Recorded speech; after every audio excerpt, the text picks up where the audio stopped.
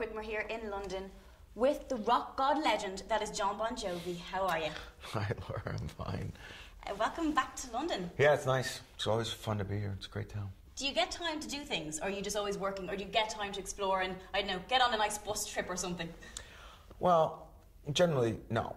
But on this tour, because it's been so long, a year ago, we decided to do a month at the O2 Arena. And so there were off days, and on the off days, for the first time in the 27 and a half years, I did do a couple tourist things. I went to the Odd Museum and to the London Eye and that kind of stuff. But other than that, generally speaking, no, I don't. I see hotel rooms. World tour. It is just that. You're circling the world. Something like 120 shows, something crazy. How do you keep up that energy and enthusiasm every night for all those shows? It's 151 shows in total. 151 shows? Yeah. I got my numbers, even more. Well, you know, why I say that is because I have to ask myself that question. But the truth is, you know, we were in Manchester last night. It couldn't have been more than 45 degrees. You could see your breath. It's pouring rain. And there's girls taking their tops off. And you go, these people are into this, you know? I mean, there's just, nobody's leaving, nobody's moving. I'm freezing, I'm soaking wet, and I'm going, there's just no way that you can let your guard down now. So you want it to be, you know, as much of an interchange of energies that is humanly possible. And if you can't be motivated by that, you shouldn't be in this business. You get the moments where you get butterflies in your tummy still. Does that ever happen? Do you have those moments? No. I think there's a great anticipation for certain shows. I think that there's an excitement level from the minute those house lights go out till you walk out on that stage to see, you know, is everything still working tonight? But there's no nerves at this point. I mean, if you're prepared, no matter what job you're in, I don't think you should be nervous doing it. Just looking here at the knee, this isn't an accessory, this isn't a new fashion item.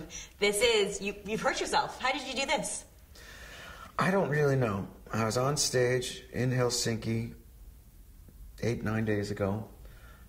It was raining. We were outside.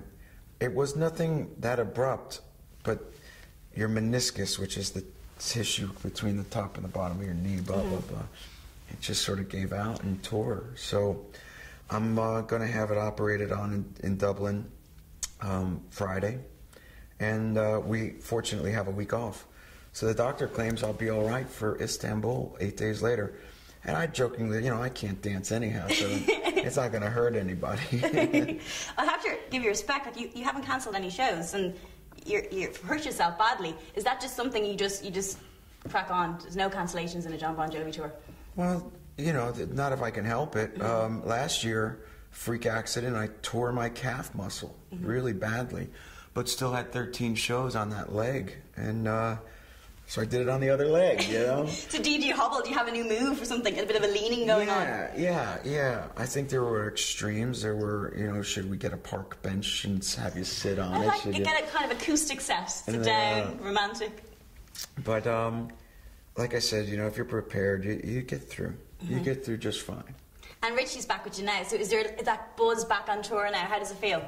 It's always good to have Richie at my side. He's doing great. I just saw him a minute ago.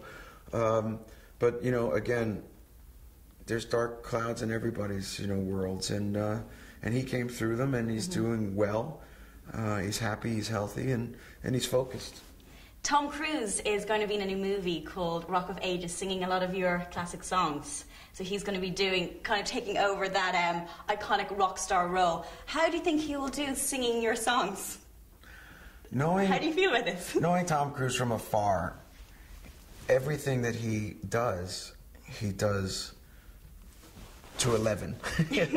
So a little rock star analogy with a wink. But when he learned how to fly airplanes because he was in Top Gun. You know, he learns how to bartend because of Cocktail. Everything, the guy races cars because of the race car movie.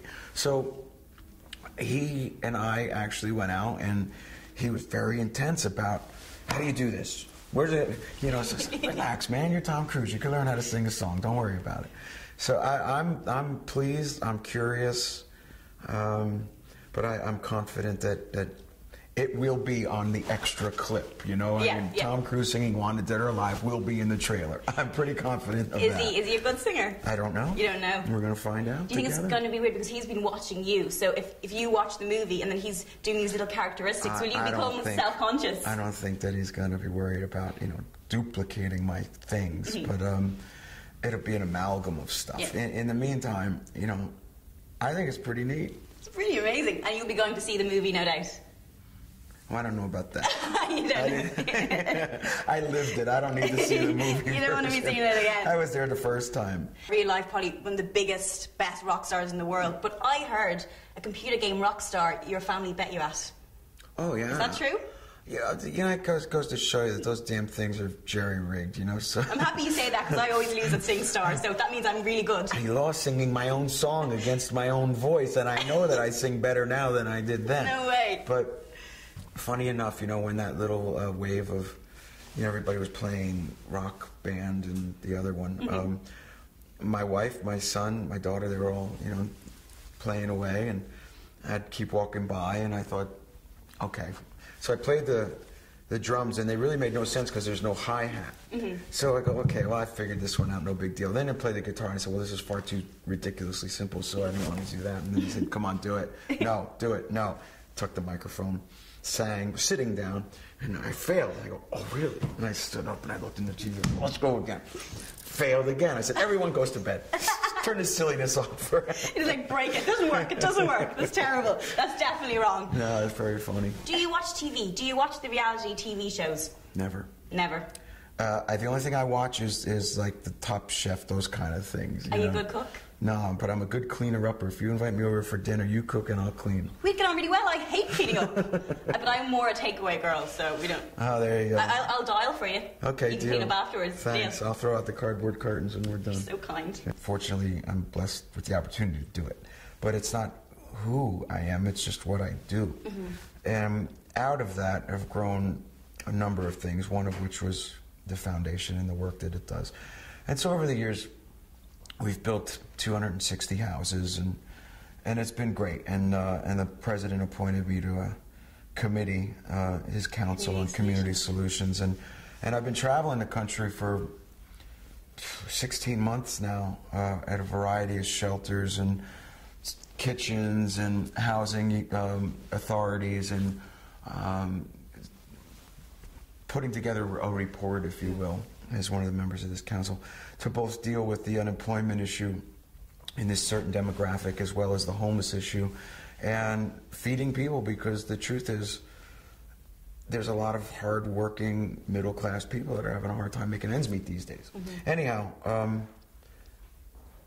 life is about more than just singing and playing.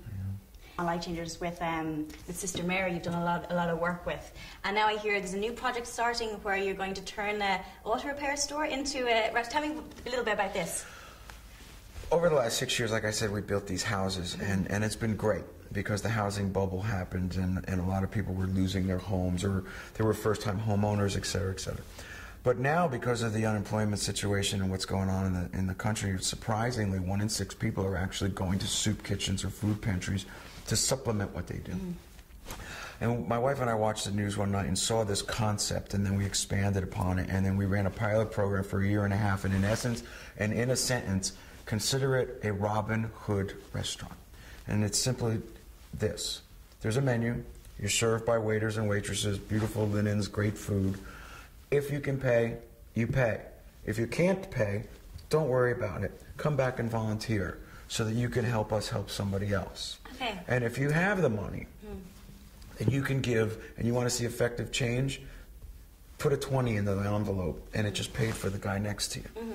And so we ran it for 1.5 years out of a church and out of a soup kitchen, and now we've got our own above-the-ground location. It's under construction. Should be open in about a month from now, and it's called the John Bon Jovi Soul Kitchen.